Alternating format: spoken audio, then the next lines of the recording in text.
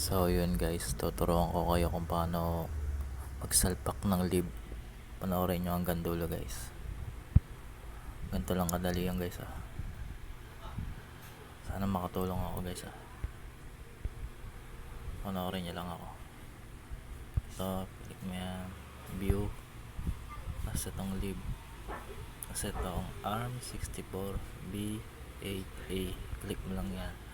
Tapos diyan naman itong lib NBA 2K20 clean OPT. So basta ganun, diyan mo lang yan. Tapos add mo.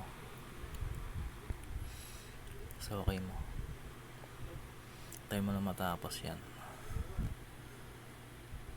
Tapos pag natapos na yan, yan okay na. Tapos nyan okay na yun, balik tayo dito. Yun okay na yun, nasalpak na natin yung lib.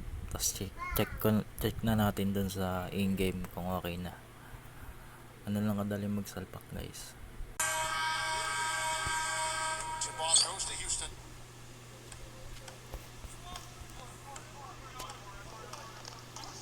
Van Vliet. Here's Smith. Buries the triple. You know, what an advantage he brings to this offense, guys. I mean, being able to drain the three ball, that really can spread a defense and extend the defense as well. Harden right side. The Rockets pull it in.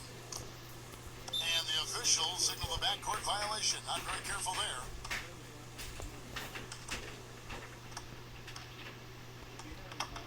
Stolen away. Down low. Here's Smith. Takes it into the teeth of the knee and converts the layup. You know, with that much of a height advantage, that's exactly what you should do. Take it straight to the rim. Uses the glass to finish the layup.